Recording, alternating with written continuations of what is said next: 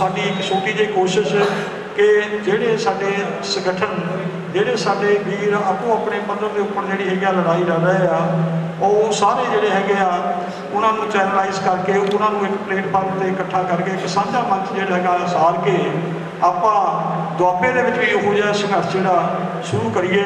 तो land ceiling act जिहड़ा जिहदे तहत 17.5 एकड़ जमीन तो वध कोई जमीन जिहड़ा हैगा वो अपने पास नहीं रख सकता।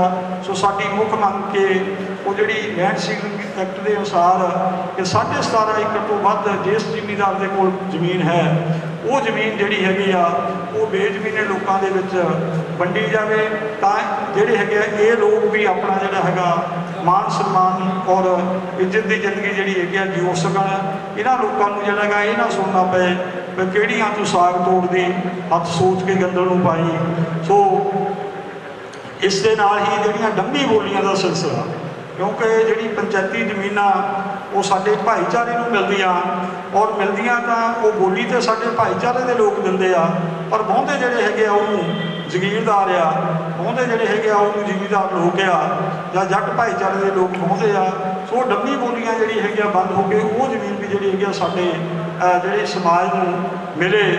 और जिस तरह जिहड़ा हैगा मेन मुद्दा दिहाड़ी का जां जिहड़ी झोने की लवाई का 6,000 रुपए का तुसीं देखो कि किस तरह जिहड़ा हैगा एक पासे असीं रोज़ नित गुरुद्वारियां दे विच धार्मिक स्थानां ते अरदास करते हैं कि गौ गरीब का जिहड़ा हैगा भला करना और असीं जिहड़ा हैगा गौआं नूं भी खत्म करन दे लई उन्हां नूं धक्के दे के नहरां दे विच सुੱਟਦੇ हाँ और गरीब नूं जिहड़ा हैगा मारन दे लई असीं नित रोज़ जिहड़े हैगे आ गुरुद्वारियां दे विचों जिੱਥੋਂ जिहड़ी है स्पीकर गुरु घर के स्पीकर सभ्य साझी आवाज़ सुनाए कोई ना दिसे बाहरा मानस की जात सभ्य एक पहचान वो एक पिता एक के हम बारक सभ्य साझी आवाज़ सुनाए। सो जिथे ये जी हैगी गुरबाणी दी तुकां साडे कन्नां दे विच पैणियां चाहीदियां उत्थों सानूं खत्म करने लई जिहड़े हैगे मते पाए जा रहे हैं। सो ये तो सानूं एहसास हो जाना चाहिए कि साडी इस देश दे विच किन्नी कुछ प्रतीत है। असीं 2 नंबर के शहरी हाँ असीं जिहड़े हैगे साडी आबादी भावें 34% आ पर जिहड़ी सरकार आ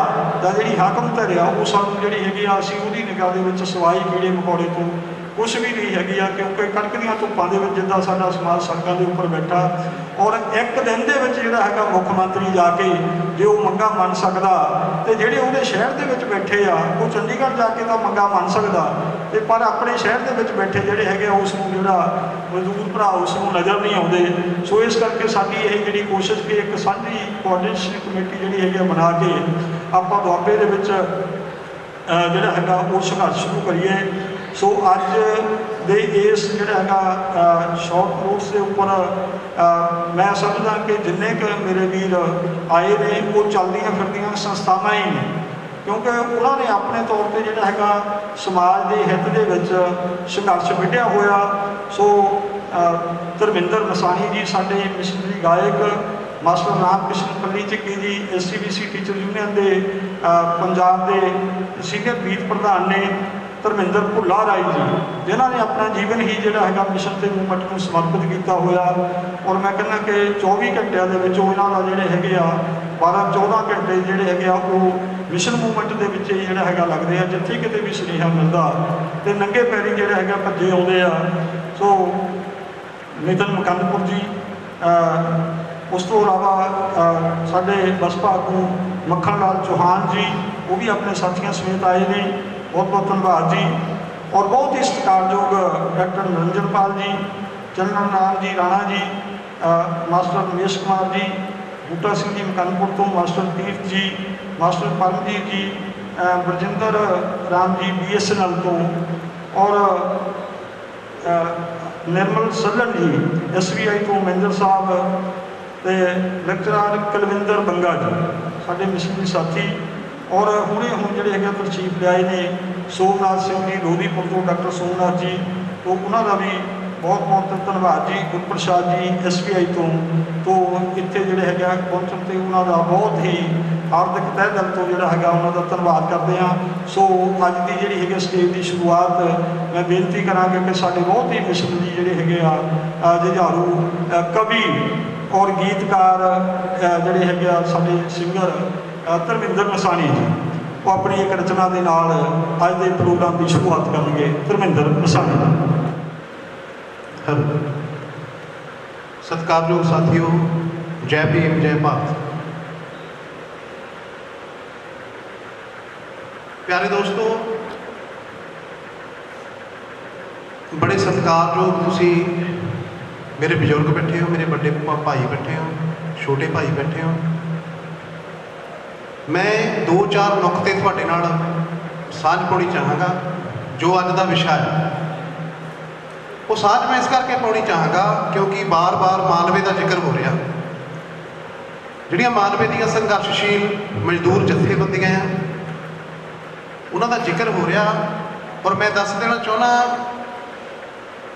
कि मेरी निजी जिंदगी का जिहड़ा वड्डा हिस्सा है वो मालवे विच ही गुजरदा और उन्हां जथेबंदियां दे नाल ही गुजरदा। भावें वो खेत मजदूर यूनीयन होवे, भावें लोक मोर्चा पंजाब जिहड़े भगवंत मान की कोठी घेर के बैठे आ वो होवे, भावें वो किरती किसान यूनीयन होवे। मैनूं तकरीबन उन्हां दे विच जाण दा मौका मिलिया। मैं कुछ क पहलुआं ते तुहाडे सारे दोस्तां दी निगाह मैं चाहुंदा कि उत्थे मराउणी बहुत जरूरी है।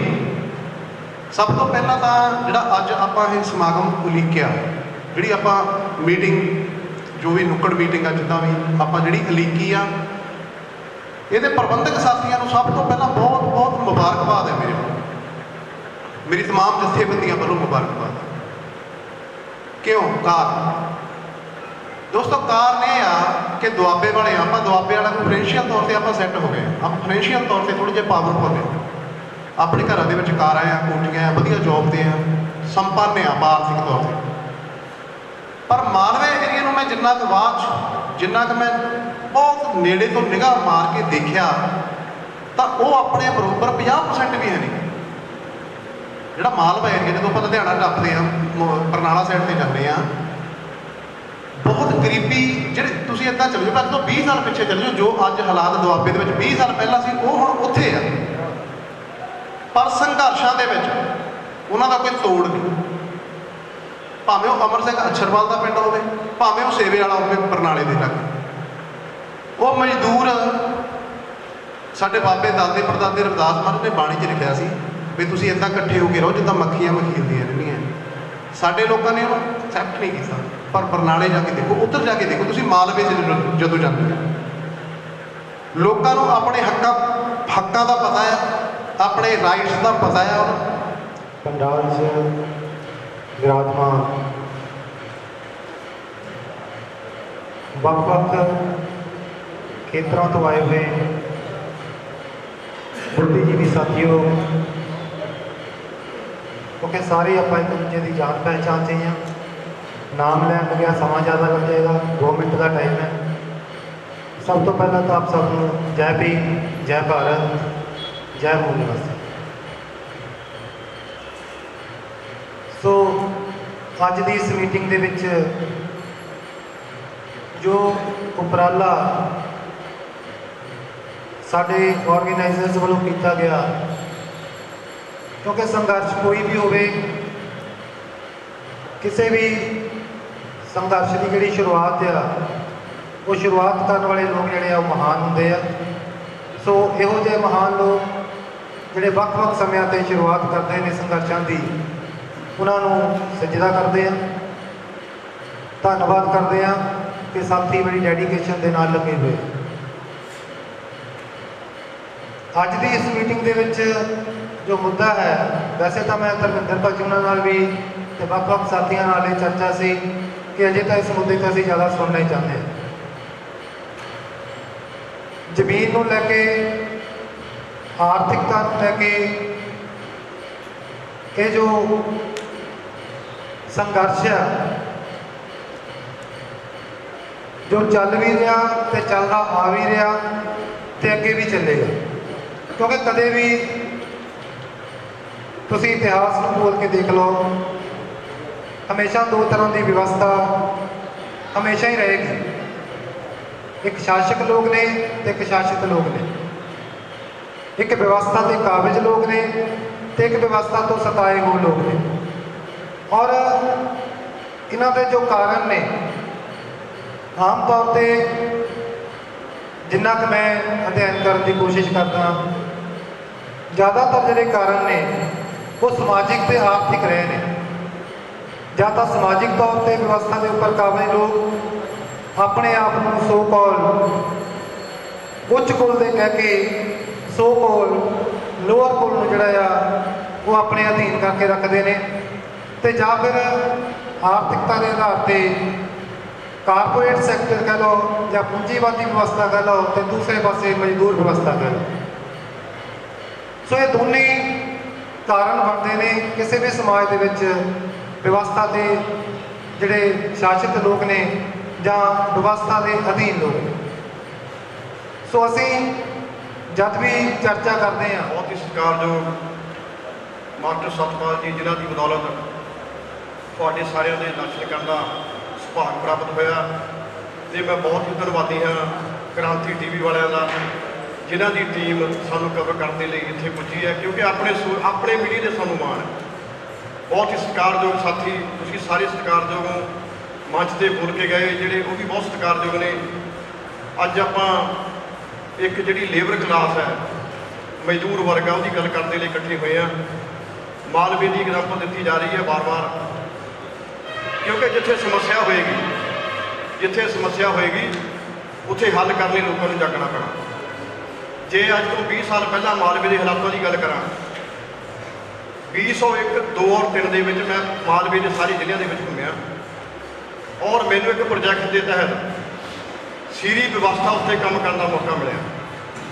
ਮੈਨੂੰ ਭੱਠਾ ਮਜ਼ਦੂਰਾਂ ਦੇ ਉੱਤੇ, ਬੌਂਡਡ ਲੇਬਰ ਦੇ ਉੱਤੇ, ਬੰਧੂਆ ਮਜ਼ਦੂਰਾਂ ਦੇ ਉੱਤੇ, ਬਾਲ ਮਜ਼ਦੂਰਾਂ ਦੇ ਉੱਤੇ ਕੰਮ ਕਰਨ ਦਾ ਮੌਕਾ ਮਿਲਿਆ, ਤੇ ਮੈਂ ਉਹਨਾਂ ਲੋਕਾਂ ਦੀਆਂ ਸਮੱਸਿਆਵਾਂ ਨੂੰ ਜ਼ਮੀਨੀ ਤੌਰ ਤੇ ਆਪ ਉਹਨਾਂ ਦੇ ਵਿੱਚ ਜਾ ਕੇ ਦੇਖਿਆ, ਕਿਉਂਕਿ ਮੈਂ ਇੱਕ ਮਜ਼ਦੂਰ ਦਾ ਬੇਟਾ, ਮੈਂ ਖੁਦ ਮਜ਼ਦੂਰ ਹਾਂ। ਮੈਂ ਪੇਂਟਰ ਦਾ ਕੰਮ ਕੀਤਾ, ਮੈਂ ਝੋਨੇ ਲਾਏ, ਮੈਂ ਭੱਠਿਆਂ ਦੇ ਵਿੱਚ ਇੱਟਾਂ ਪੱਥੀਆਂ ਔਰ ਕਣਕਾਂ ਬੜੀਆਂ, ਸਾਰਾ ਮੈਨੂੰ ਪਤਾ ਵੀ ਮਤਲਬ ਕਿੱਥੇ ਸਾਡੀ ਕੀ ਪ੍ਰੋਬਲਮ। ਜਿੱਥੇ ਜ਼ਮੀਨ ਦੀ ਗੱਲ ਚੱਲਦੀ ਹੈ, 2001, 2 ਔਰ 3 ਦੇ ਵਿੱਚ ਜਦੋਂ ਅਸੀਂ ਸੀਰੀ ਸਿਸਟਮ ਦੇ ਖਿਲਾਫ ਲੜਦੇ ਸੀ, ਭਾਵੇਂ ਕਿ ਕਿਤੇ ਪੋਲੀਟੀਕਲ ਨਾਅਰੇ ਵੀ ਵੱਜਦੇ ਹੋਣਗੇ ਕਿ ਸੀਰੀ ਪ੍ਰਥਾ ਬੰਦ ਕਰੋ, ਪਾਤਸ਼ਾਹੀ ਦਾ ਪ੍ਰਬੰਧ ਕਰੋ, ਪਰ ਜਿਨ੍ਹਾਂ ਹਾਲਾਤਾਂ ਦੇ ਵਿੱਚ ਅਸੀਂ ਉਸ ਵਿਵਸਥਾ ਨੂੰ ਖਤਮ ਕਰਨ ਲਈ, ਮਾਨਯੋਗ ਜੈ ਸਿੰਘ ਜੀ ਫਲੋਰ ਅੱਜ ਉਹ ਸਾਡੇ ਦਰਮਿਆਨ ਨਹੀਂ ਰਹੇ ਔਰ ਉਹਨਾਂ ਦਾ ਉਹ ਸੁਰਗਵਾਸ ਹੋ ਗਿਆ ਕਰੋਨਾ ਦੇ ਕਾਰਨ।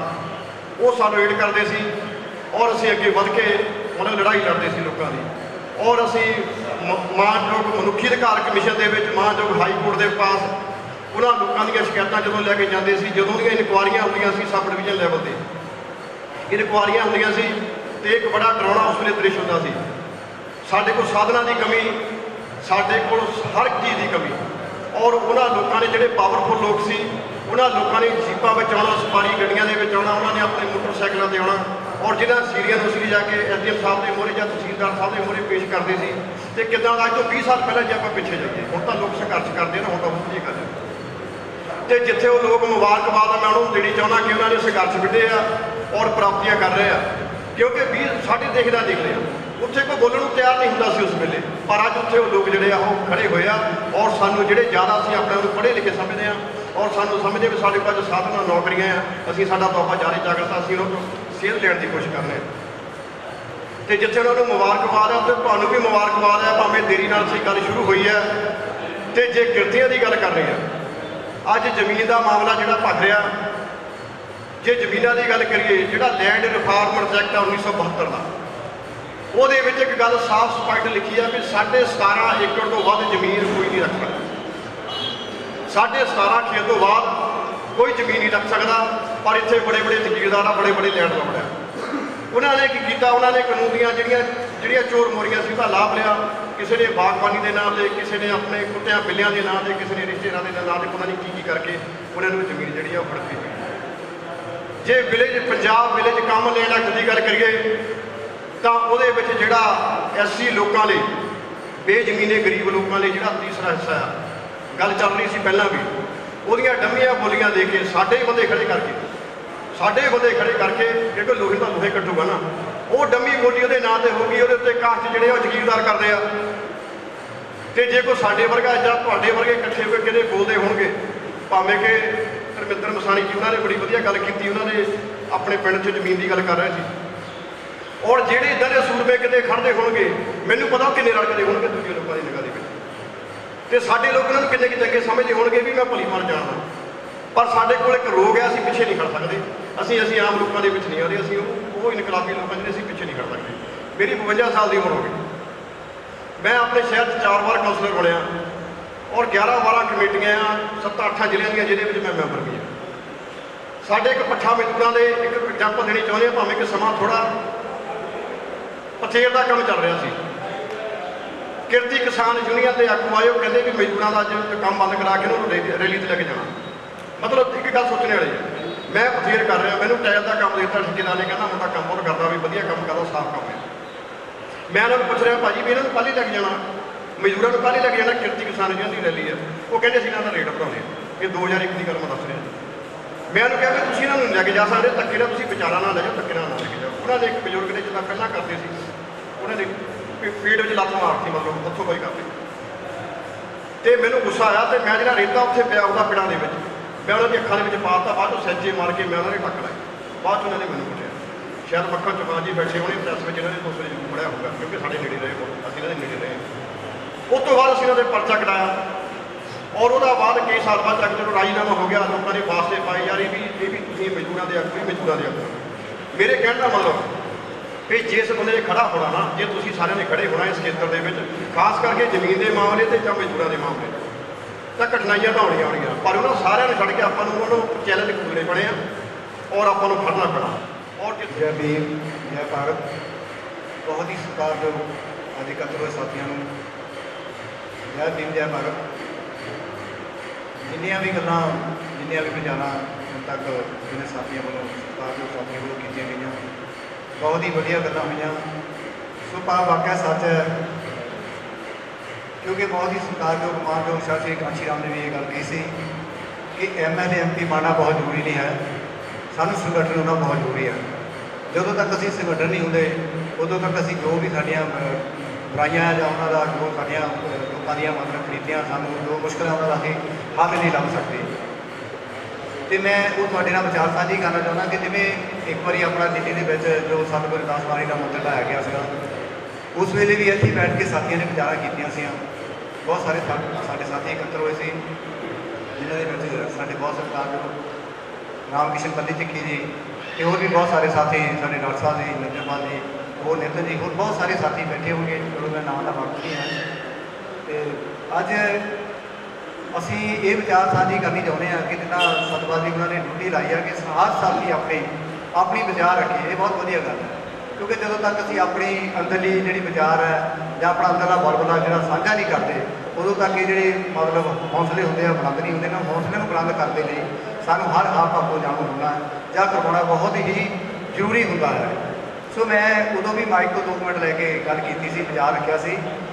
ਉਦੋਂ ਵੀ ਇਸੀ ਗੱਲ ਚੱਲਦੀ ਸੀ ਕਿ ਇਹ ਲੋਕਾਂ ਤੱਕ ਜਿਹੜਾ ਮੈਸੇਜ ਹੈ ਜਾਂ ਸੁਨੇਹਾ ਕਿਸ ਤਰ੍ਹਾਂ ਪਹੁੰਚਾਇਆ ਜਾਵੇ। ਉਦੋਂ ਵੀ ਮੇਰੇ ਮਨ ਦਾ ਵਿਚਾਰ ਸੀ ਕਿ ਸਾਡੇ ਜਿਹੜੇ ਗੁਰੂ ਘਰ ਪਰਮਪਿਤਾ ਸਤਿਗੁਰੂ ਰਵਿਦਾਸ ਮਹਾਰਾਜ ਨੇ ਗੁਰਦੁਆਰੇ ਆ ਜਾਂ ਮੰਦਰ ਬਣਾਏ ਹੋਏ ਆ, ਸਾਡੇ ਉਹ ਸੈਂਟਰ ਪੁਆਇੰਟ ਹੈ, ਉਹਨਾਂ ਤੋਂ ਹਰ ਗੱਲ ਹਰ ਬੋਡੀ ਤੱਕ ਦੱਸੀ ਜਾ ਸਕਦੀ ਹੈ, ਉੱਥੋਂ ਅਨਾਊਂਸਮੈਂਟ ਕੀਤੀ ਜਾਵੇ। ਪਹਿਲਾਂ ਤਾਂ ਮੈਂ ਇਹ ਕਹੂੰਗਾ ਕਿ ਸਾਡੀਆਂ ਜੋ ਮੀਟਿੰਗਾਂ ਅਸੀਂ ਕਰ ਰਹੇ ਹਾਂ, ਇਹ ਹੌਲੀ ਹੌਲੀ ਸਹਿਜੇ ਜੋ ਵੀ 2-4 ਦਿਨ ਜਾਂ 10 ਦਿਨਾਂ ਜਾਂ 1 ਮਹੀਨੇ ਦੇ ਵਿੱਚ, ਤਾਂ ਬਹੁਤਾ ਸਮਾਂ ਤਾਂ ਨਹੀਂ ਕਹਿ ਸਕਦਾ, ਇਹ ਹੁੰਦੀਆਂ ਰਹਿਣ, ਛੇਤੀ ਤੋਂ ਛੇਤੀ ਹੁੰਦੀਆਂ ਰਹਿਣ। ਪਰ ਇਹ ਲਾਸਟ ਜਿਹੜੀਆਂ ਆ, ਜਦੋਂ ਫਾਈਨਲ ਹੁੰਦਾ, ਉਹਨੂੰ ਅਸਲੀ ਰੂਪ ਦਿਓ ਕਿ ਜਿੰਨੇ ਇੱਥੇ ਸਾਡੇ ਸਾਥੀ ਇਕੱਤਰ ਹੋਏ ਆ ਵੱਖ-ਵੱਖ ਪਿੰਡਾਂ ਤੋਂ, ਖੇਤਰਾਂ ਤੋਂ, ਉਹ ਆਪਣੀ ਆਪਣੀ ਜ਼ਿੰਮੇਵਾਰੀ ਲੈ ਕੇ ਪਿਛਲੇ ਵਾਂਗ ਤਰ੍ਹਾਂ ਆਪਣੇ ਗੁਰੂ ਘਰਾਂ ਤੋਂ ਆਪਣੀ ਅਨਾਊਂਸਮੈਂਟ ਕਰਾਉਣ। ਆਹ ਜੋ ਸਾਡੇ ਨਾਲ ਹੋ ਰਿਹਾ, ਇਹਦੇ ਬਾਰੇ ਜਾਣੂ ਕਰਵਾਉਣ, ਕਿਉਂਕਿ ਲੋਕਾਂ ਵਿੱਚ ਹੌਸਲੇ ਦੀ ਲੋੜ ਹੈ, ਅੱਗੇ ਤੁਰਨ ਦੀ ਲੋੜ ਹੈ। ਕਿਉਂਕਿ ਜਦੋਂ ਸੰਵਿਧਾਨ ਦੇ ਨਾਲ ਛੇੜਛਾੜ ਕੀਤੀ ਸੀ, ਅਸੀਂ ਪਿੰਡ ਮੁਕੱਦਮ ਤੋਂ ਪੂਰੀ ਟੀਮ ਬਣਾ ਕੇ ਸਾਨੂੰ ਲਗਭਗ ਮੈਨੂੰ ਲੱਗਦਾ ਵੀ 8-9 ਘੰਟੇ ਪੂਰੇ ਆਪਣੇ ਸਵਾਲ ਨੂੰ ਕਵਰ ਕਰਨ ਨੂੰ ਆਪਣੇ ਏਰੀਏ ਨੂੰ ਲੱਗਿਆ ਸੀ, ਅਤੇ ਇੰਨਾ ਕੁ ਕਾਫਲਾ ਇਕੱਠਾ ਹੋ ਗਿਆ ਸੀ ਕਿ ਜਿਹਦਾ ਕੋਈ ਵੀ ਜਵਾਬ ਨਹੀਂ ਸੀ ਪਾਉਂਦਾ। ਮੁਕੱਦਮ ਦੇਖਣ ਵਾਲਾ ਸੀ, ਏਰੀਆ ਵੇਖਣ ਵਾਲਾ ਸੀ, ਇੱਥੋਂ ਬੰਗਿਆਂ ਦੇ ਲੋਕ ਵੀ ਇਕੱਠੇ ਹੋ ਕੇ ਉੱਥੇ ਪਹੁੰਚ ਗਏ ਸੀ। ਇਹ ਸਮੇਂ ਨੂੰ ਸਾਨੂੰ ਸਾਂਭ ਲੈਣਾ ਚਾਹੀਦਾ। ਇਹ ਬਹੁਤ ਖੁਸ਼ੀ ਦੀ ਗੱਲ ਹੈ ਕਿ ਅੱਜ ਉਹ ਜਿਹੜਾ ਸਾਡਾ ਇੱਕ ਪ੍ਰੋਗਰਾਮ ਵਿੱਢਿਆ ਗਿਆ, ਇਹ ਬਹੁਤ ਖੁਸ਼ੀ ਹੈ ਕਿ ਸਾਨੂੰ ਇਹਨਾਂ 'ਚ ਹੱਕ ਮਿਲਣੇ ਚਾਹੀਦੇ ਆ, ਜ਼ਮੀਨਾਂ ਮਿਲਣੀਆਂ ਚਾਹੀਦੀਆਂ। ਇਹ ਇਹਨੂੰ ਸਾਰਿਆਂ ਨੂੰ ਬਹੁਤ ਵੱਡੇ ਪੱਧਰ 'ਤੇ ਸਹਿਯੋਗ ਕਰਨਾ ਚਾਹੀਦਾ ਅਤੇ ਬਹੁਤ ਖੁਸ਼ੀਆਂ ਤੁਸੀਂ ਇਕੱਠੇ ਹੋਏ ਆ। ਮੇਰੀ ਇਹੀ ਬੇਨਤੀ ਹੈ ਕਿ ਜਿੱਦਣ ਲਾਸਟ ਟਾਈਮ ਆਉਂਦਾ ਅਤੇ ਆਪਣੇ ਗੁਰੂ ਘਰ ਤੋਂ ਜਾ ਕੇ ਅਨਾਊਂਸਮੈਂਟ ਕੀਤੀ ਜਾਵੇ, ਆਪਣੇ ਸਮਾਜ ਨੂੰ ਦੱਸਿਆ ਜਾਵੇ, ਜੋ ਵੀ ਹੈ ਪ੍ਰੋਗਰਾਮ ਉਹਨਾਂ ਦੇ ਧਿਆਨ ਵਿੱਚ ਲਿਆਂਦਾ ਜਾਵੇ। ਮੈਨੂੰ ਇੰਝ ਲੱਗਦਾ ਕਿ ਜਿਵੇਂ ਸਿਆਣਿਆਂ ਦੀ ਕਹਾਵਤ ਆ, ਦੇਰ ਆਏ ਦਰੁਸਤ ਆਏ। ਲੰਬੇ ਸਮੇਂ ਤੋਂ ਅਸੀਂ ਬਹੁਜਨ ਅੰਦੋਲਨ ਦੇ ਵਿੱਚ ਕੰਮ ਕਰਦੇ ਆ ਰਹੇ ਹਾਂ।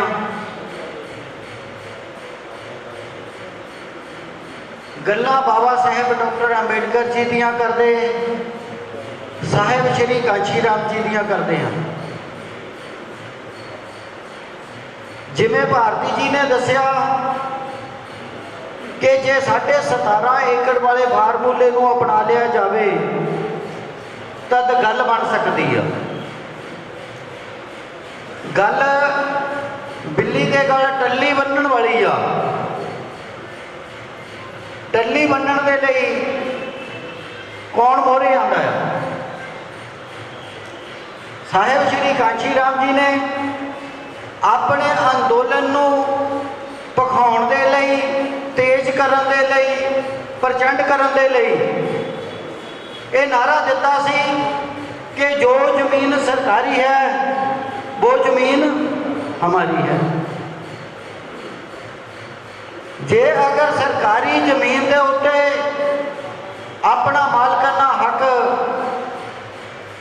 ਬਣਾਉਣਾ ਹੋਵੇ ਤਦ ਉਸ ਏਰੀਏ ਦੇ ਵਿੱਚ, ਉਸ ਸੂਬੇ ਦੇ ਵਿੱਚ ਸਰਕਾਰ ਆਪਣੀ ਬਣਾਉਣ ਦੀ ਜ਼ਰੂਰਤ ਹੁੰਦੀ ਹੈ। ਸਰਕਾਰ ਤੋਂ ਬਿਨਾਂ ਕਿਸੇ ਵੀ ਅੰਦੋਲਨ ਨੂੰ ਬੂਰ ਨਹੀਂ ਲੱਗਦਾ। ਤੁਸੀਂ ਦੇਖਿਆ ਹੋਵੇਗਾ ਲਗਭਗ 1 ਸਾਲ ਤੋਂ ਵੱਧ ਸਮਾਂ ਕਿਸਾਨ ਜਥੇਬੰਦੀਆਂ ਨੇ ਅੰਦੋਲਨ ਕੀਤਾ ਜਦੋਂ ਤੱਕ ਉਹਨਾਂ ਨੂੰ ਰਾਜਨੀਤਿਕ ਸ਼ਰਨ ਨਹੀਂ ਮਿਲੀ, ਉਹਨਾਂ ਚਿਰ ਤੱਕ ਉਹਨਾਂ ਦੀਆਂ ਮੰਗਾਂ ਵੀ ਨਹੀਂ ਮੰਨੀਆਂ ਗਈਆਂ।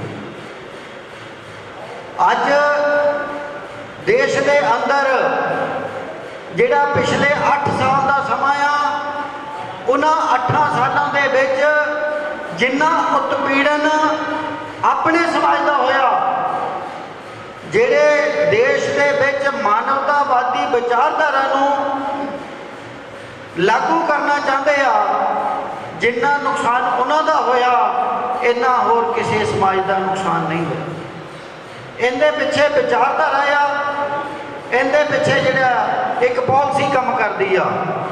ਜਿਵੇਂ ਬਾਊ ਜੀ ਨੇ ਦੱਸਿਆ ਕਿ ਰਾਜਨੀਤਿਕ ਰਿਜ਼ਰਵੇਸ਼ਨ ਦੀ ਕਰਕੇ ਸਾਡੇ ਸਮਾਜ ਦੇ ਲੋਕ ਵਿਧਾਇਕ ਬਣ ਜਾਂਦੇ ਆ, MP ਬਣ ਜਾਂਦੇ ਆ, ਲੇਕਿਨ ਉਹ ਜਵਾਬਦੇਹ ਨਹੀਂ ਰਹਿੰਦੇ, ਸਮਾਜ ਦੇ ਜਵਾਬਦੇਹ ਨਹੀਂ ਰਹਿੰਦੇ। ਇਸ ਕਰਕੇ ਉਹਨਾਂ ਨੂੰ ਬਦਮਾਸ਼ੀ ਕਰਨ ਦੀ ਖੁੱਲ੍ਹ ਮਿਲ ਜਾਂਦੀ ਆ। ਲੇਕਿਨ ਬਾਬਾ ਸਾਹਿਬ ਡਾਕਟਰ ਅੰਬੇਡਕਰ ਜੀ ਨੇ ਕਿਹਾ ਸੀ ਕਿ ਜਿਹੜੀ ਰਿਜ਼ਰਵੇਸ਼ਨ, ਰਾਜਨੀਤਿਕ ਸ਼ਬਦ ਸਪੈਸ਼ਲੀ ਜੋੜਦਾ ਆ ਕਿਉਂਕਿ ਬਾਬਾ ਸਾਹਿਬ ਡਾਕਟਰ ਅੰਬੇਡਕਰ ਜੀ ਨੇ ਰਾਜਨੀਤਿਕ ਰਿਜ਼ਰਵੇਸ਼ਨ ਸਿਰਫ 10 ਸਾਲ ਲਈ ਮੰਗ ਕੀਤੀ ਸੀ ਕਿ ਮੇਰੇ ਸਮਾਜ ਦੇ ਲੋਕ ਰਾਜਨੀਤਿਕ ਰਿਜ਼ਰਵੇਸ਼ਨ ਦੇ ਤਹਿਤ MLA, MP, ਪੰਚ, ਸਰਪੰਚ, MC ਜਿੱਤ ਕੇ ਚੇਅਰਮੈਨ ਵੀ ਬਣ ਗਏ, ਲੇਕਿਨ ਇਹਨਾਂ ਨੂੰ ਚਸਕਾ ਪੈਦਾ ਹੋ ਜਾਏਗਾ ਰਾਜਨੀਤੀ ਦਾ। ਇਹੀ ਗੱਲ ਬਾਬਾ ਸਾਹਿਬ ਡਾਕਟਰ ਅੰਬੇਡਕਰ ਜੀ ਤੋਂ ਬਾਅਦ ਸਾਹਿਬ ਸ਼੍ਰੀ ਕਾਂਸ਼ੀ ਰਾਮ ਜੀ ਨੇ ਵੀ ਕਹੀ ਕਿ ਮੇਰੇ ਸਮਾਜ ਦੇ ਲੋਕਾਂ ਨੂੰ ਰਾਜਨੀਤਿਕ ਚਸਕਾ ਨਹੀਂ ਹੈ। ਰਾਜਨੀਤਿਕ ਚਸਕਾ ਨਾ ਹੋਣ ਕਰਕੇ ਇਹਨਾਂ ਦੀ ਜਿਹੜੀ ਦਿਨ ਪਰ ਦਿਨ ਇਹਨਾਂ ਦੀ ਜਿਹੜੀ ਸਥਿਤੀ ਆ ਉਹ ਵੱਧ ਤੋਂ ਬੱਤਰ ਹੁੰਦੀ ਜਾ ਰਹੀ ਹੈ। ਇਸ ਕਰਕੇ ਜੇ ਅਗਰ ਅੱਜ ਗੱਲ ਜ਼ਮੀਨਾਂ ਦੀ ਹੋ ਰਹੀ ਆ, ਮੈਂ ਜਿਵੇਂ ਧਰਮਿੰਦਰ ਜੀ ਨੇ ਦੱਸਿਆ ਕਿ 2014 ਦੇ ਵਿੱਚ ਜਦੋਂ ਜ਼ਮੀਨਾਂ ਦੇ ਮਾਮਲੇ ਵਿੱਚ ਸੰਗਰੂਰ ਦੇ ਵਿੱਚ ਐਜੀਟੇਸ਼ਨ ਹੋਈ, ਜਿਹੜੀ ਅੱਜ ਤੋਂ ਲਗਭਗ 25-27 ਸਾਲ ਪਹਿਲਾਂ ਦੁਆਬੇ ਦੇ ਵਿੱਚ ਗੱਲਬਾਤ ਸੀ ਏਕੇ ਵਾਲੀ, ਉਹ ਉਹਨਾਂ ਨੇ ਅੱਜ ਤੋਂ ਜਿਹੜੇ ਹੈਗੇ ਆ 7-8 ਸਾਲ ਪਹਿਲਾਂ 2014 ਦੇ ਵਿੱਚ ਆਪਣੇ ਇਹ ਏਕੇ ਦਾ ਸਬੂਤ ਦਿੱਤਾ। ਮੈਨੂੰ ਵਿਸ਼ਵ ਸੰਘ ਦੇ ਮਾਧਿਅਮ ਤੋਂ ਸੰਗਰੂਰ ਦੇ ਵਿੱਚ ਉਹਨਾਂ ਏਰੀਏ ਦੇ ਵਿੱਚ ਜਾਣ ਦਾ ਮੌਕਾ ਮਿਲਿਆ ਐਜ਼ ਏ ਡੈਪੂਟੇਸ਼ਨ ਕਿ ਜਿਨ੍ਹਾਂ ਏਰੀਏ ਦੇ ਵਿੱਚ ਇਹ ਜਿਹੜੀ ਜ਼ਮੀਨ ਦਾ 1/3 ਜ਼ਮੀਨ ਜਿਹਦੇ ਉੱਤੇ ਸ਼ਡਿਊਲਡ ਕਾਸਟ ਲੋਕਾਂ ਦਾ ਅਧਿਕਾਰ ਸੀਗਾ, ਉਹਨਾਂ ਨੂੰ ਜਦੋਂ ਜ਼ਮੀਨ ਤੋਂ ਵੰਚਿਤ ਕੀਤਾ ਤਦ ਉੱਥੋਂ ਦੇ ਲੋਕਾਂ ਨੇ ਆਪਣਾ ਜਿਹੜਾ ਹੈਗਾ ਆ ਯੂਨਿਟੀ ਦਾ ਪ੍ਰਗਟਾਵਾ ਕੀਤਾ।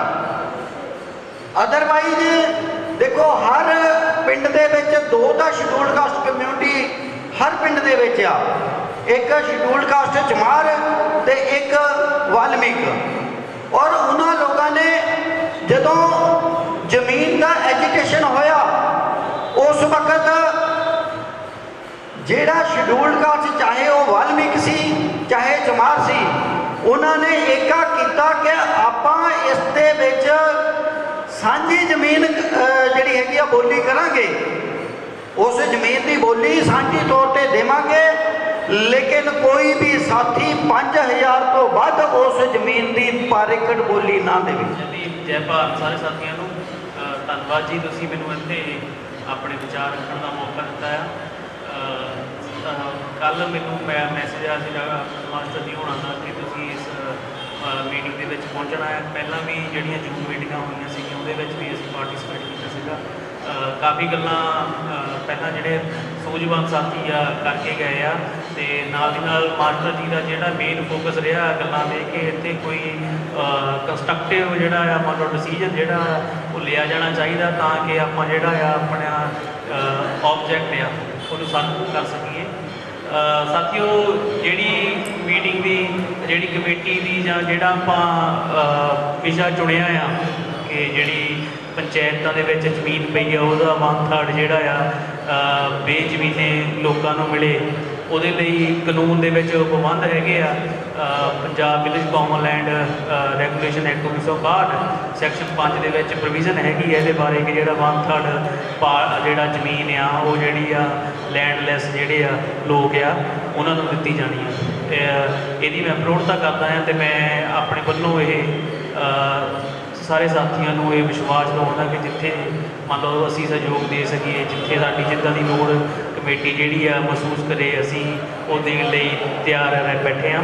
ਅਤੇ ਜਿਹੜੇ 1-2 ਜਿਹੜੇ ਸੁਝਾਅ ਮੇਰੇ ਮਨ 'ਚ ਆਏ ਹੈਗੇ ਆ ਕਿ ਇੱਕ ਹੈ ਜੋ ਜ਼ਮੀਨ ਪ੍ਰਾਪਤੀ ਜਿਹੜਾ ਸੰਘਰਸ਼ ਹੈ ਜਿਹੜੀ, ਅਤੇ ਉਸ ਤੋਂ ਇਲਾਵਾ ਜਿਹੜੀ ਤੁਸੀਂ ਮਾਤਾ ਜੀ ਗੱਲ ਕੀਤੀ ਆ ਕਿ ਸੈਂਸਸ ਵਾਲੀ, ਉਹਦੇ ਵਿੱਚ ਵੀ ਮੈਂ ਆਪਣੀਆਂ ਜਿਹੜੀਆਂ ਮੇਨ ਸੀਗੇ ਜੋ ਸੈਂਸਸ ਨਾਲ ਰਿਲੇਟਡ ਜੋ ਸਾਡੇ ਸ਼ਡਿਊਲ ਕਾਸਟ ਦੇ ਲੋਕ ਆ ਪੰਜਾਬ ਦੇ ਅਤੇ ਭਾਰਤ ਦੇ ਸ਼ਡਿਊਲ ਕਾਸਟ ਸ਼ਡਿਊਲ ਟਰਾਈਬ, ਉਹਨਾਂ ਦੇ ਨਾਲ ਕੀ ਜਿਹੜਾ ਸਰਕਾਰਾਂ ਦਾ ਮਨੋਵਾਦੀ ਲੋਕਾਂ ਨੇ ਕੀਤਾ ਹੈ ਉਹਦੇ ਬਾਰੇ ਦੱਸਿਆ। ਉਸ ਤੋਂ ਇਲਾਵਾ ਵੀ ਕਈ ਚੀਜ਼ਾਂ ਹੈਗੀਆਂ ਆ ਜਿਹੜੀਆਂ ਜਿੱਥੇ ਸਰਕਾਰਾਂ ਨੇ ਕਾਨੂੰਨ ਹੋਣ ਦੇ ਬਾਵਜੂਦ ਸਾਡੇ ਜਿਹੜੇ ਹੱਕ ਖੋਏ ਆ।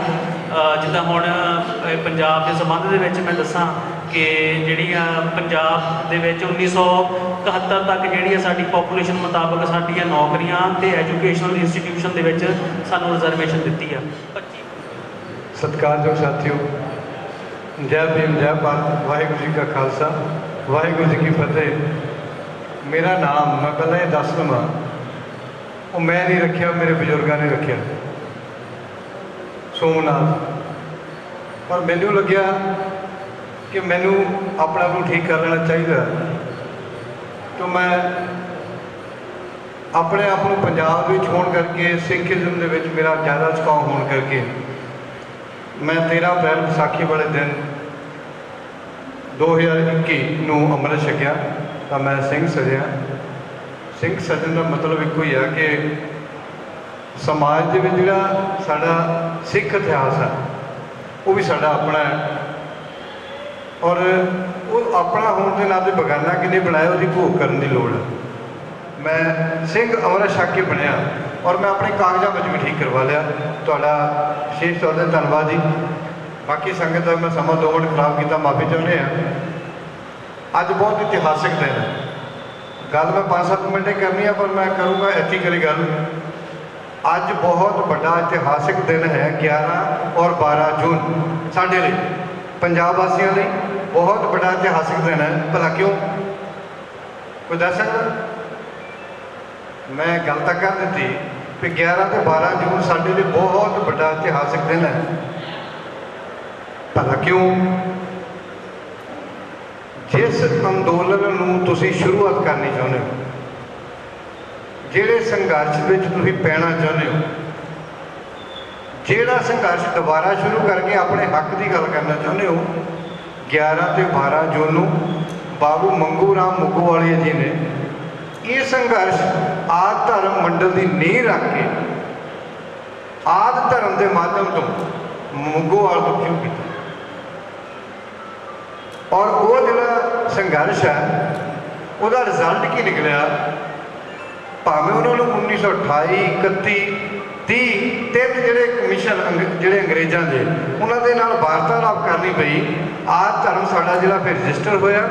1937 ਦੀ ਜਿਹੜੀ ਇਲੈਕਸ਼ਨ ਹੋਈ ਉਹਦੇ ਵਿੱਚ ਉਸ ਆਦਿ ਧਰਮ ਦੇ 7 MLA ਜਿੱਤੇ, ਟੋਟਲ 8 ਵਿੱਚੋਂ ਇੱਕ ਜਿਹੜਾ ਸੀ ਕਾਂਗਰਸ ਦਾ ਜਿੱਤਿਆ, ਜਿਹੜਾ ਬਾਅਦ ਦੇ ਵਿੱਚ ਮੂਲਾ ਸਿੰਘ ਜਿਹੜਾ ਉਹ ਆਦਿ ਧਰਮ ਮੰਡਲ ਵਿੱਚ ਸ਼ਾਮਲ ਹੋ ਗਏ। ਅਸੀਂ ਇਸ ਸੰਦਰਭ ਦੇ ਵਿੱਚ 11 ਜੂਨ ਕੱਲ੍ਹ ਅਸੀਂ ਹੁਸ਼ਿਆਰਪੁਰ ਦੇ ਵਿੱਚ ਸਾਡੀ ਮੀਟਿੰਗ ਸੀ ਔਰ ਅੱਜ ਇੱਥੇ ਬੰਗਿਆ ਦੇ ਵਿੱਚ ਮਾਸਟਰ ਜੀ ਉਹਨਾਂ ਨੇ ਇੱਕ ਜਿਹੜਾ ਐਜੀਟੇਸ਼ਨ ਉਹਦੇ ਸੰਬੰਧ ਵਿੱਚ ਮੀਟਿੰਗ ਰੱਖੀ ਹੈ ਕਿ ਅਸੀਂ ਆਪਣੇ ਇਤਿਹਾਸ ਨੂੰ ਨਾ ਭੁੱਲੀਏ, ਕਿਉਂਕਿ ਇਤਿਹਾਸ ਵਿੱਚ ਸਾਡੇ 'ਚ ਬਹੁਤ ਵੱਡੀ ਤਾਕਤ ਹੈ।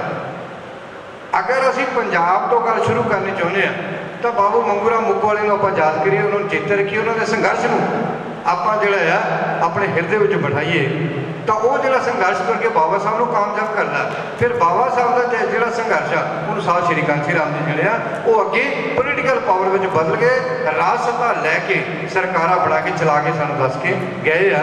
ਇਹ ਗੱਲ ਵੱਖਰੀ ਆ ਕਿ ਸਾਡੇ ਦੋਨੋਂ ਯੁੱਗ ਪੁਰਸ਼ ਇੱਕ ਕੰਮ ਨਹੀਂ ਕਰ ਸਕੇ, ਜਿਹੜਾ ਕਰਨਾ ਚਾਹੀਦਾ ਸੀ ਉਹ ਨਹੀਂ ਕਰ ਸਕੇ। ਉਹਨਾਂ ਦੇ ਜੀਵਨ ਦੇ ਵਿੱਚ ਉਹਨਾਂ ਸਮਾਂ ਨੂੰ ਨਹੀਂ ਮਿਲ ਸਕਿਆ, ਉਹ ਜਿਹੜਾ ਕੰਮ ਨਹੀਂ ਕਰ ਸਕੇ। ਬਾਬਾ ਸਾਹਿਬ ਕਹਿੰਦੇ ਕਿ ਮੈਂ ਆਪਣੇ ਜਿਉਂਦੇ ਜੀ 3 ਕੰਮ ਕੀਤੇ। ਪਹਿਲਾ ਕੰਮ ਕਿ ਮੈਂ ਆਪਣੇ ਸਮਾਜ ਦੇ ਵਿੱਚ ਸਵੈ ਮਾਣ ਦੀ ਭਾਵਨਾ ਪੈਦਾ ਕੀਤੀ ਜਿਹੜੀ ਨਹੀਂ ਸੀ 1950 ਤੋਂ ਪਹਿਲਾਂ। ਦੂਜਾ, ਮੈਂ ਆਪਣੇ ਸਮਾਜ ਨੂੰ ਸਦਾ ਵਾਸਤੇ ਜਿਹੜੀ ਵਿੱਦਿਆ ਦੇ ਦਰਵਾਜ਼ੇ ਖੋਲ੍ਹ ਕੇ ਦੇ ਕੇ ਚੱਲਿਆ। ਤੀਸਰਾ ਕੰਮ ਕਿ ਮੈਂ ਅਧਿਕਾਰਹੀਣ ਸਮਾਜ ਨੂੰ ਅਧਿਕਾਰ ਦੇ ਲੈ ਕੇ ਦੇ ਕੇ ਚੱਲਿਆ। ਇਹ 3 ਕੰਮ ਮੈਂ ਕਰ ਚੱਲਿਆ। ਚੌਥਾ ਕੰਮ ਜੋ ਮੈਂ ਕਰਨਾ ਚਾਹੁੰਦਾ ਸੀ ਮੈਨੂੰ ਇੰਨਾ ਸਮਾਂ ਨਹੀਂ ਮਿਲਿਆ। ਬਾਬਾ ਸਾਹਿਬ ਕਹਿੰਦੇ ਆ ਵੋਲਿਊਮ ਨੰਬਰ 17 ਤੇ ਉਹ ਮੈਂ ਨਹੀਂ ਕਰ ਸਕਿਆ, ਉਹ ਹੁਣ ਮੈਂ ਡਿਊਟੀ ਲੈਣਾ। ਪਹਿਲਾਂ ਤਾਂ ਕੰਮ ਕਿਹੜਾ ਜਿਹੜਾ ਮੈਂ ਨਹੀਂ ਕਰ ਸਕਿਆ ਆਪਣੇ ਜਿੰਨੇ ਸੀ। ਬਾਬਾ ਸਾਹਿਬ ਕਹਿੰਦੇ ਵੀ ਮੈਂ ਸਮਾਜਿਕ ਪਰਿਵਰਤਨ ਕਰਨਾ ਚਾਹੁੰਦਾ ਸੀ ਪਰ ਉਹ ਮੇਰੇ ਕੋਲ ਇੰਨਾ ਸਮਾਂ ਨਹੀਂ ਮਿਲਿਆ। ਮੈਂ ਕੀਤਾ ਪੂਰਾ ਕੰਮ ਪਰ ਉਹਦੇ 'ਤੇ ਪੂਰਾ ਮੈਂ ਫੋਕਸ ਨਾ ਕਰਕੇ ਦੂਜੇ ਕੰਮਾਂ ਵਿੱਚ ਮੈਂ ਜ਼ਿਆਦਾ ਧਿਆਨ ਦੇ ਕੇ ਆਪਣੇ ਸਮਾਜ ਦੀ ਜਿਹੜੀ ਵਿਗੜੀ ਹਾਲਤ ਨੂੰ ਬਹੁਤ ਤਰ੍ਹਾਂ ਤਰੀਕੇ ਨਾਲ ਬਣਾਉਣ ਦੀ ਕੋਸ਼ਿਸ਼ ਕੀਤੀ। ਪਰ ਇੱਕ ਕੰਮ ਜਿਹੜਾ ਮੈਂ ਨਹੀਂ ਕਰ ਸਕਿਆ ਉਹ ਹੈ ਸਮਾਜਿਕ ਪਰਿਵਰਤਨ, ਸੋਸ਼ਲ ਰੈਗੂਲੇਸ਼ਨ। ਹੁਣ ਮੈਂ ਜ਼ਿੰਮੇਵਾਰੀ ਕਿਹਦੀ ਲੈਣਾ? ਕਹਿੰਦਾ ਮੈਂ ਇਹ ਮੇਰੇ ਪੜ੍ਹੇ ਲਿਖੇ ਸਮਾਜ ਦੇ ਲੋਕੋ, ਮੈਂ ਤੁਹਾਡੀ ਇਹ ਜ਼ਿੰਮੇਵਾਰੀ ਲੈਣਾ ਕਿ ਤੁਸੀਂ ਇਸ ਕੰਮ ਨੂੰ ਨੇਪਰੇ ਚਾੜ੍ਹਨ ਦੇ ਲਈ ਆਪਣੀ ਜਾਨ ਦੀ ਬਾਜੀ ਲਗਾ ਦੇਣਾ। ਹੁਣ ਦੇਖਣਾ ਸੀ ਕਿ ਅਸੀਂ ਕਿੰਨੀ ਜਾਨ ਦੀ ਬਾਜੀ ਲਗਾਈਏ। ਮੈਂ ਗੱਲ ਉੱਥੇ ਜਾ ਕੇ ਖੜੀ ਕਰੂੰਗਾ, ਜਿਹੜਾ ਤੁਹਾਡਾ ਹੁਣ ਸੰਘਰਸ਼ ਹੈ ਗੱਲ ਉੱਥੇ ਖੜੀ ਕਰੂੰਗਾ। ਦੇਖਾਂ ਆਪਾਂ ਕਿ ਆਪਾਂ ਉਸ ਕੰਮ ਦੇ ਲਈ ਜਾਨ ਦੀ ਬਾਜੀ ਕਿੰਨੀ ਕੁ ਲਗਾਈ। ਸਾਧ ਕਾਂਸੀ ਰਾਮ ਜੀ ਨੇ ਉਹੀ ਕੰਮ ਉੱਥੋਂ ਸ਼ੁਰੂ ਕੀਤਾ ਵੀ ਉਹਨਾਂ ਨੇ ਸਮਾਜਿਕ ਪਰਿਵਰਤਨ ਦੀ ਗੱਲ ਕੀਤੀ। ਹੁਣ ਮੈਂ ਸਮਾਜਿਕ ਪਰਿਵਰਤਨ ਨੂੰ ਕਨਵਰਟ ਕਰੂੰਗਾ ਸੋਸ਼ਲ ਪਾਵਰ ਵਿੱਚ। ਤਾਂ ਉਹਨਾਂ ਨੇ ਪਾਵਰ ਲਿਆ ਕੇ ਕਰਕੇ ਦਿਖਾ ਕੇ ਦਿੱਤੀ ਜੋ ਸਥਿਰ ਨਹੀਂ ਰਹੀ। ਉਹਦੇ ਪਿੱਛੇ ਵੀ ਕੋਈ ਇੱਕ ਕਾਰਨ ਹੈ ਕਿ ਅਸੀਂ ਸੋਸ਼ਲ ਤੌਰ 'ਤੇ ਸੰਗਠਿਤ ਨਹੀਂ ਹੋ ਸਕੇ। ਜਿਹੜੀ ਪਾਵਰ ਸੀ ਸਮਾਜ ਦੀ ਉਹ ਇੱਕ ਜਗ੍ਹਾ ਜਿਹੜੀ ਇਕੱਠੀ ਨਹੀਂ ਹੋ ਸਕੀ। ਪਰ ਇਹ ਗੱਲ ਹੈ ਕਿ ਟੈਂਪਰੇਰੀ ਤੌਰ 'ਤੇ ਅਸੀਂ ਰਾਜ ਸੱਤਾ ਵਿੱਚ ਗਏ, ਰਾਜ ਸੱਤਾ ਪ੍ਰਾਪਤ ਕੀਤੀ, MLA MP ਬਣੇ, ਉਹ ਟੈਂਪਰੇਰੀ ਸੀ। ਪਰ ਜੇ ਕਿਤੇ ਉਹਦੇ ਵਿੱਚ ਵੀ ਸਾਡੀ ਜ਼ਿੰਮੇਵਾਰੀ, ਆਪਾਂ ਜ਼ਿੰਮੇਵਾਰੀ ਨਿਭਾਉਂਦੇ ਕਿ ਸੋਸ਼ਲ ਸੰਗਠਨ, ਸਮਾਜਿਕ ਜਿਹੜੀ ਲਹਿਰ ਆ ਉਹਨੂੰ ਜਿੰਦਾ ਰੱਖਦੇ ਤਾਂ ਉਮੀਦ ਕਰਦਾ ਕਿ ਆਹ ਦਿਨ ਜਿਹੜੇ ਅੱਜ ਆਪਾਂ ਨੂੰ ਸੰਘਰਸ਼ਾਂ ਵਿੱਚ ਪੈਣ ਜਾ ਰਹੇ ਹਾਂ, ਛੋਟੇ ਛੋਟੇ ਕੰਮਾਂ ਲਈ ਐਜੀਟੇਸ਼ਨ ਕਰਨ ਜਾ ਰਹੇ ਹਾਂ, ਲਾਠੀਆਂ ਡੰਡੇ ਖਾਣ ਦੀ ਆਪਾਂ ਹੁਣ ਆਦਤ ਪਾਉਣ ਲੱਗੇ ਹਾਂ, ਖਾ ਨਹੀਂ ਹੋਣੇ ਸਾਡੇ ਕੋਲ। ਜੋ ਅਸੀਂ ਕਰਨ ਜਾ ਰਹੇ ਹਾਂ ਇਹ ਸਭ ਤੋਂ ਹੋਣਾ ਨਹੀਂ। ਇਸ ਕਰਕੇ ਜੇ ਅਸੀਂ ਆਪਣੇ ਰਹਿਬਰਾਂ ਦੇ ਦਿੱਤੇ ਹੋਏ ਪੈਂਡੇ 'ਤੇ ਚੱਲ ਪਈਏ, ਟੱਚ ਕੀਤਾ ਮੇਰੇ ਸਾਥੀ ਮੱਖਣ ਚੌਹਾਨ ਜੀ ਨੇ ਵੀ ਜੇ ਸੱਤਾ ਪ੍ਰਾਪਤੀ ਹੋ ਜਾਏ ਤਾਂ ਆਪਾਂ ਸਾਰੇ ਮਸਲਿਆਂ ਦਾ ਹੱਲ ਕਰ ਸਕਦੇ ਹਾਂ। ਬਹੁਤ ਚੰਗੀ ਗੱਲ ਆ। ਪਰ ਜੇ ਸੱਤਾ ਪ੍ਰਾਪਤੀ ਨਾ ਹੋਵੇ, ਸੱਤਾ ਪ੍ਰਾਪਤੀ ਜਿਹੜੀ ਆ ਉਹ ਸਾਡੇ ਕੋਲੋਂ ਕਿਸੇ ਤਰੀਕੇ ਨਾ ਬਣਦੀ ਹੋਵੇ ਤਾਂ ਇੱਕ ਕੰਮ ਸਾਡੇ ਹੱਥ ਵਿੱਚ, ਸਾਡੇ ਸਾਰਿਆਂ ਦੇ ਹੱਥ। ਉਹ ਕੀ ਆ ਕਿ ਅਸੀਂ ਸੋਸ਼ਲ ਤੌਰ 'ਤੇ ਸੰਗਠਨ ਇਕੱਠੇ ਹੋ ਜਾਈਏ, ਸਮਾਜਿਕ ਤੌਰ 'ਤੇ ਆਪਾਂ ਇਕੱਠੇ ਹੋ ਜਾਈਏ। ਭਾਰਤ ਸਰਕਾਰ ਜੋ ਮੇਰੇ ਸਮਾਜ ਦੇ ਬੁੱਧੀਜੀਵੀ ਸਾਥੀਓ, ਜੈ ਭੀਮ, ਜੈ ਭਾਰਤ, ਜੈ ਪੁਨਵਾਸੀ। ਵਾਹਿਗੁਰੂ ਜੀ ਕਾ ਖਾਲਸਾ, ਵਾਹਿਗੁਰੂ ਜੀ ਕੀ ਫਤਿਹ। ਜੈ ਮਹਾਰਿਸ਼ੀ ਭਗਵਾਨ ਵਾਲਮੀਕ ਮਹਾਰਾਜ ਜੀ, ਜੈ ਸਤਿਗੁਰੂ ਰਵਿਦਾਸ ਮਹਾਰਾਜ ਜੀ। ਸਤਿਕਾਰਯੋਗ ਸਾਥੀਓ, ਤੁਸੀਂ ਤਕਰੀਬਨ 3 ਵਜੇ ਤੋਂ ਬੈਠੇ ਆ। ਜਿਹੜੇ ਪ੍ਰਬੰਧਕ ਸਾਥੀ ਉਹ ਤਾਂ 3 ਵਜੇ ਤੋਂ ਵੀ ਪਹਿਲਾਂ ਦੇ ਬੈਠੇ ਆ। ਸੋ ਜਿਹੜਾ ਇਹ ਪ੍ਰੋਗਰਾਮ ਜਿਹੜਾ ਆਰਗੇਨਾਈਜ਼ ਕੀਤਾ, ਇਹ ਪ੍ਰੋਗਰਾਮ ਜਿਹੜੇ ਕੁਝ ਸਾਡੇ ਸਮਾਜ ਦੀ ਜਿਹੜੀ ਕਰੀਬ ਜਿਹੜੇ NRIs ਨੇ ਉਹਨਾਂ ਨੇ ਆਪਣੇ ਸਮਾਜ ਦਾ ਦਰਦ ਰੱਖਦਿਆਂ ਹੋਇਆਂ, ਆਪਣੇ ਸਮਾਜ ਦੇ ਹਿੱਸੇ ਦੀ ਗੱਲ ਕਰਦਿਆਂ ਹੋਇਆਂ ਇਹਨਾਂ ਨੇ ਇਹ ਪ੍ਰੋਗਰਾਮ ਬਣਾਇਆ ਹੈਗਾ ਹੈ ਵਿਦੇਸ਼ ਦੀ ਧਰਤੀ ਤੋਂ ਬਹਿ ਕੇ। ਔਰ ਮੈਨੂੰ ਲੱਗਦਾ ਕਿ ਉਹਨਾਂ ਨੂੰ, ਜੇ ਤੁਹਾਨੂੰ ਤੁਹਾਡੀ ਜ਼ਮੀਨ ਦਾ ਹਿੱਸਾ ਨਾ ਵੀ ਮਿਲੇ ਪੰਜਾਬ ਦੇ ਪੰਜਾਬੀਆਂ ਨੂੰ, ਤਾਂ ਉਹਨਾਂ ਨੂੰ ਕੋਈ ਬਹੁਤਾ ਫਰਕ ਨਹੀਂ ਪੈਂਦਾ, ਪਰ ਉਹ ਜਾਗਦੀ ਜ਼ਮੀਰ ਵਾਲੇ ਨੇ ਔਰ ਆਪਣੇ ਸਮਾਜ ਲਈ ਚਿੰਤਤ ਨੇ।